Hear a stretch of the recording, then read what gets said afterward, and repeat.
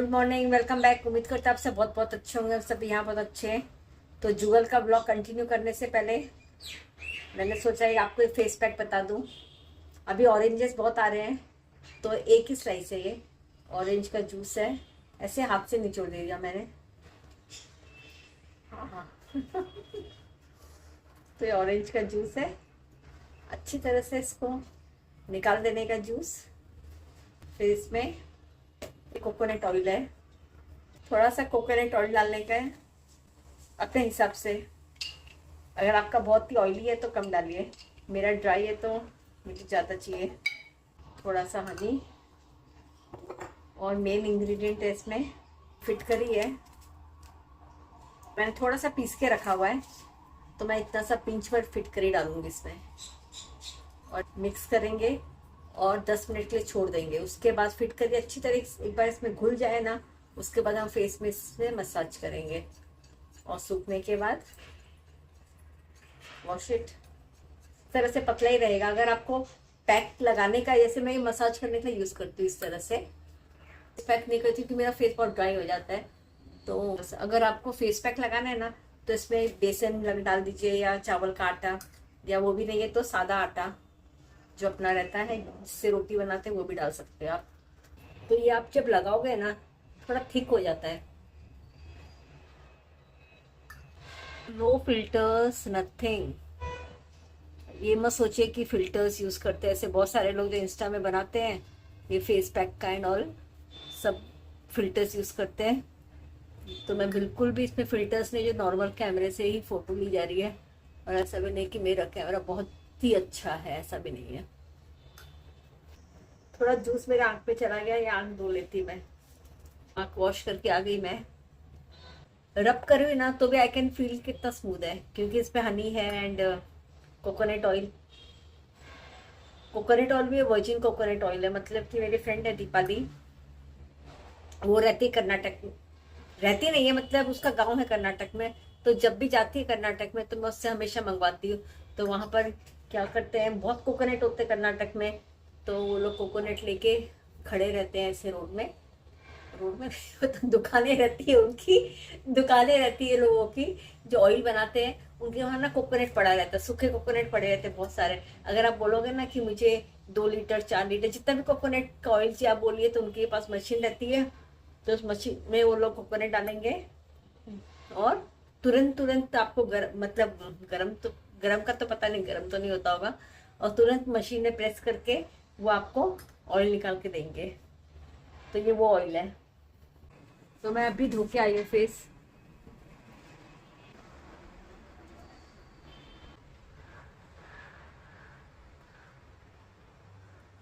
I feel कि बहुत soft, क्योंकि इसमें मैंने कुछ और डाला नहीं था ना। मेरा स्किन बहुत ड्राई है वैसे भी, तो बहुत सॉफ्ट एंड वेरी स्मूथ। इसलिए every day I apply something.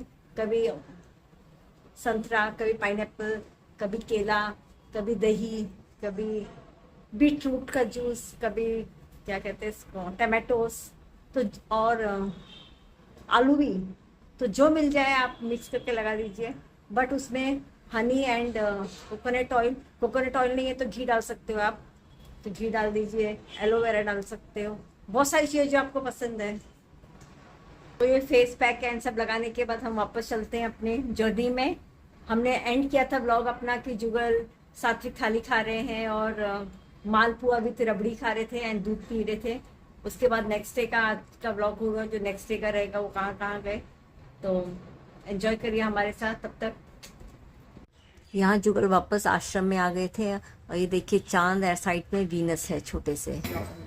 आलू टिक्की चाट एंड केसर कढ़ाई मिल्क। जुगल को मीठे का और दूध का बहुत शौक है, दूध पीने का। तो दूध पीने के बाद ये रात का व्यू है परमाता निकेतन। मेरे मुंह से आश्रम में निकलता है निकेतन का। सामने गंगा जी बहती है, इनका खुद का पर्सनल घाट है। और ये शिव जी जो बहुत सारे रील्स में दिखाई देते हैं, ऋषिकेश के लोग जो रील्स बनाते हैं उसमें कितना ब्यूटीफुल लाइटिंग किया है। देखिए colour combination and all, yellow light and blue lights, इतना सूदिंग लग रहा है यहाँ। आप सबका स्वागत है एक नए दिन में। यहाँ का लोकल नाश्ता कचौड़ी विद आलू, रस्से वाली आलू की सब्जी। आज हम निकले हैं वशिष्ठ गुफा के लिए। बाद में हम जाएंगे नीरधार, फिर भूतनाथ, देन बैक टू परमार्थ। ये ऋषिकेश का मुनि की रहती एरिया है। यहीं पर तो सब एडवेंचर टूरिज्म होता है। ये फेमस लक्ष्मण झूला है, बट सेफ्टी के हिसाब से थोड़ा कमज़ोर हो गया था, तो इन लोगों ने बंद करके रखा है। उसके बाजू में अगर आप कंस्ट्रक्शन देखोगे ये बड़ा, तो ये बहुत बड़ा झूला बन रहा है। इसको अब ये लोग नाम देंगे हनुमान झूला। पूरा ऋषिकेश इज फुल ऑफ आश्रम आश्रम आश्रम। मगर जो आश्रम में टूरिस्ट बोल के घूमने जाओगे तो आपको 15 दिन भी कम पड़ेगा ऋषिकेश में। ये लक्ष्मण जी का मंदिर है। यहाँ पर लक्ष्मण जी ने तपस्या किया था। बोलते हैं जब मेघनाथ को मारा तो मेघनाथ वॉज अ ब्राह्मण, तो ब्रह्म हत्या का दोष लगा था लक्ष्मण जी को। तो वो दोष मिटाने के लिए उनको प्रायश्चित करना पड़ा, तो उन्होंने यहाँ आके तपस्या करके प्रायश्चित किया था, तो इसलिए वो बना है ये मंदिर। मैंने तो अभी तक एंटायर लाइफ में कभी नहीं सुना था कि लक्ष्मण जी के नाम से एक टेम्पल भी वो है इंडिया में, बट ये फर्स्ट टाइम टेम्पल देखा लक्ष्मण जी के नाम से। अगर आपको भी पता है कि इंडिया में कहीं पे भी लक्ष्मण जी के नाम से कोई टेम्पल है जहाँ उनकी पूजा की जाती है, तो प्लीज़ बताइए कमेंट बॉक्स में।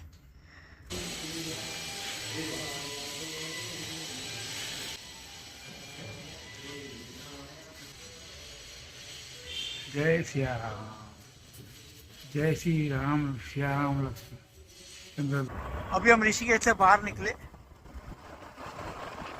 यहाँ पर एडवेंचर स्पोर्ट्स होते हैं।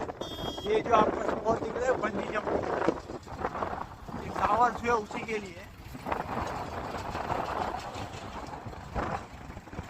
अलग अलग हाइट, अलग अलग टाइप।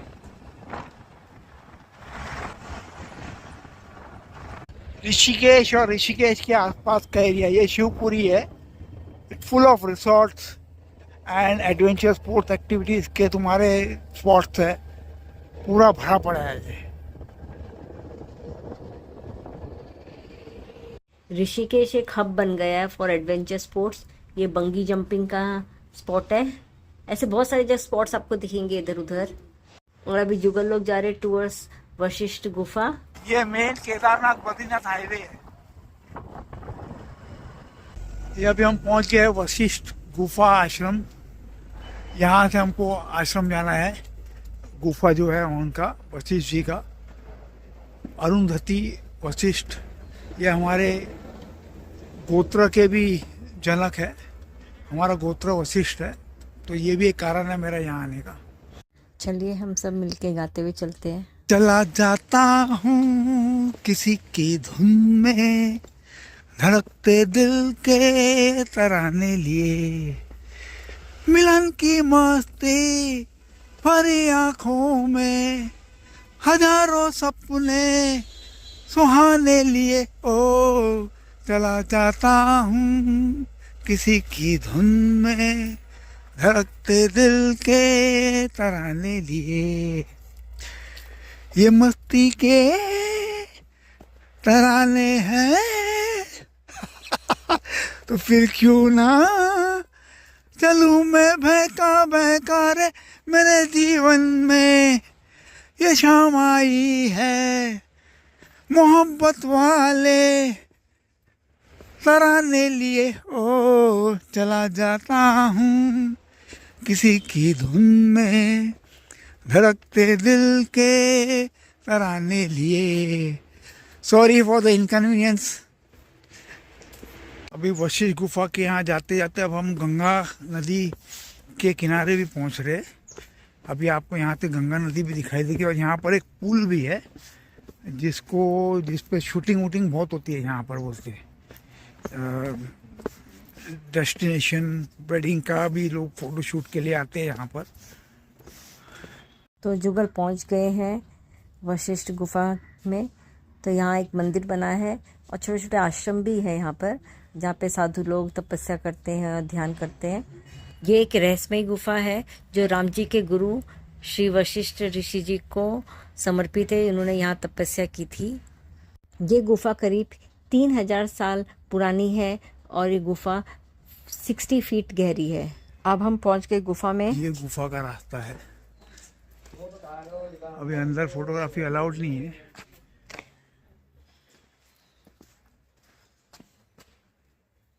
इस गुफा को रहस्यमय कहा जाता है क्योंकि कहते हैं कि यहाँ ऋषि वशिष्ठ की आत्मा भटकती है, अभी भी भटकती है, और सूरज ढलने के बाद इस गुफा के आसपास कोई भी आने की हिम्मत नहीं करता। कहते हैं कि ऋषि वशिष्ठ के जब सब बच्चों की मृत्यु हो गई तब उन्होंने आत्महत्या करने का सोचा और गंगा नदी में कूदने के लिए गए।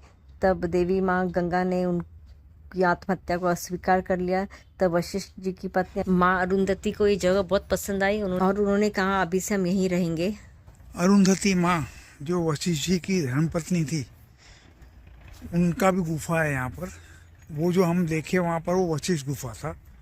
ये अब रास्ता बता रहे अरुंधति माता का गुफा का।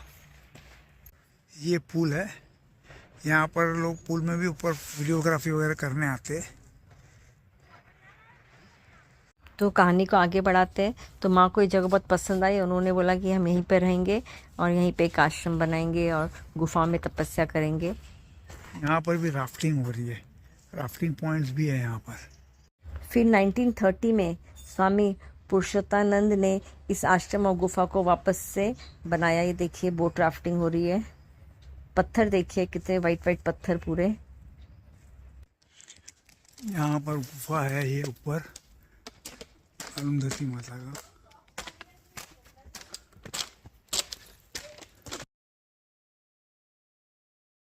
ये है माँ अरुंधति जी की गुफा जो ऋषि वशिष्ठ जी की पत्नी थी। वो यहाँ तपस्या करती थी। तो ये जागृत स्थान है बहुत। ये दोनों जो स्थान है, जो आपने नीचे की गुफा देखी है, जो ये ऊपर की गुफा है, तो दोनों में बहुत सारे साधु लोग आते हैं जो यहाँ कुछ पाना चाहते हैं या मेडिटेशन में कुछ आगे बढ़ना चाहते हैं। तो वो लोग यहाँ आके साधना करते हैं। वो पुरानी वाली गुफा में आपने देखा होगा ब्लैक कलर पूरा अंधेरा अंधेरा हुआ था वशिष्ठ जी की गुफा में।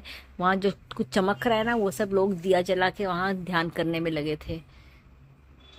तो ये सब बहुत जागृत जगह है। सामने गंगा जी बह रही है। तो इमेजिन करिए कितना सुकून होगा और कितनी शांति होगी यहाँ पे ध्यान लगाने के लिए। कैसे उस ज़माने में लोग इतना दिनों महीनों महीनों सालों सालों तक तपस्या करते थे। हमसे तो 5 मिनट भी बैठा नहीं जाता है एक जगह पे।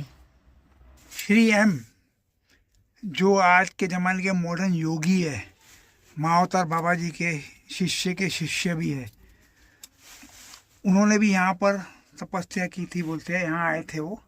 ये उनकी फ़ोटो है। हमने इनकी बहुत सारी किताबें भी पढ़ी हुई है। श्री एम जी ने अपने ऐसे ऐसे एक्सपीरियंसेस लिखे हैं उस किताब में कि आपको विश्वास नहीं होगा कि आज के ज़माने में भी इस तरह के एक्सपीरियंसेस कोई कर सकता है। प्लीज़ पढ़िए किताब। जैसे माँ के गोद में सुकून मिलता है, वैसे इस गुफा में थोड़ा सुकून महसूस हो रहा है। हाँ माता जी का हिसाब किताब। जस्ट इमेजिन कीजिए 3000 साल पुरानी गुफा में आप बैठ रहे हो और वहाँ पे तपस्या कर रहे हो, वो भी उनकी गुफा में जो भगवान श्री राम जी के गुरु हैं, जिन्होंने उनको सब सिखाया है। तो मतलब एक अलग ही फीलिंग होती है जो लोग यहाँ पे आते हैं। ये यहाँ के गुरु जो सदगुरु का समाधि मंदिर है। यहाँ पर वशिष्ठ अरुंधति वशिष्ठ गुफा में तपस्या की थी। ये जो ऋषिकेश हरिद्वार से जो कर्णप्रयाग के लिए रेल रूट बन रहा है, उसका काम का और वीडियो है ये। यहाँ पर दूर आप देखोगे आपको गंगा नदी दिखाई देगी, ब्रिज दिखाई देगा वो वहाँ पर। ये ब्रिज भी है उसके, उस गंगा नदी। एंड यहाँ पर ये सब जो काम चालू है, ये टनल है, रेलवे टनल।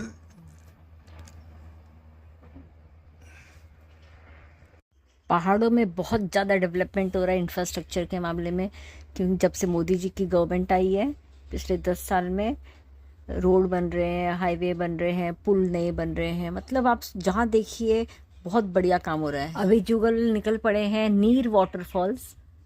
नीर मतलब पानी होता है, तो पानी का झरना है बहुत बड़ा आगे जाके, और हर जगह देखिए आप पहाड़ को काट काट के रास्ते चौड़े किए जा रहे हैं, पर यह कि नेचुरल ब्यूटी पहाड़ों की ख़त्म नहीं होगी। ये है नीर वाटरफॉल जाने का रास्ता, यहाँ से शुरू होता है। आगे जाके पहाड़ में आपको थोड़ा मोटरेबल है, बाद में ट्रैकिंग करना पड़ता है, करीब आधा घंटा का ट्रैकिंग है, आने जाने का 1 घंटा।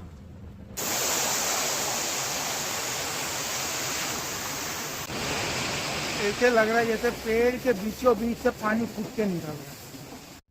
पहाड़ों में इस टाइप के झरने बहुत कॉमन है, बट ये बहुत बड़ा झरना था क्योंकि इसमें ट्रैकिंग करके ऊपर जाना था।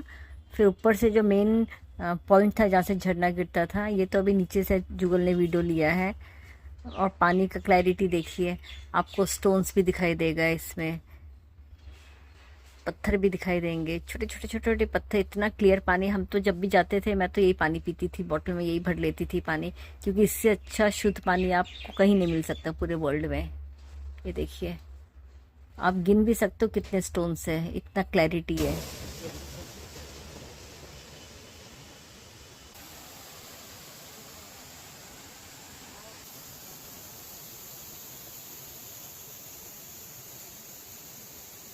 और आपको वाटरफॉल के रास्ते हर जगह छोटे छोटे ब्रिजेस मिल जाएंगे, शॉप्स मिल जाती है, चाय की दुकानें मिल जाएगी, फिर नींबू पानी मिलेगा, ऐसे स्नैक्स का पूरा बंदोबस्त रहता है। तो आप ये मत सोचिए कि इतना चढ़े होगे तो आपको कुछ मिलेगा नहीं, हर चीज़ की फैसिलिटी रहती है। और लोगों ने तो स्ट्रीम के साइड साइड में जहाँ पे भी उनको प्लेन जगह मिली है वहाँ पे टेबल डाल के रेस्टोरेंट बना दिए हैं। फाइनली टॉप तक पहुंच गए। ये है आपका नीर वाटरफॉल। यहाँ पर स्नान करना अलाउड है, चेंजिंग रूम्स भी है, तो लोग एंजॉय कर रहे हैं अपना।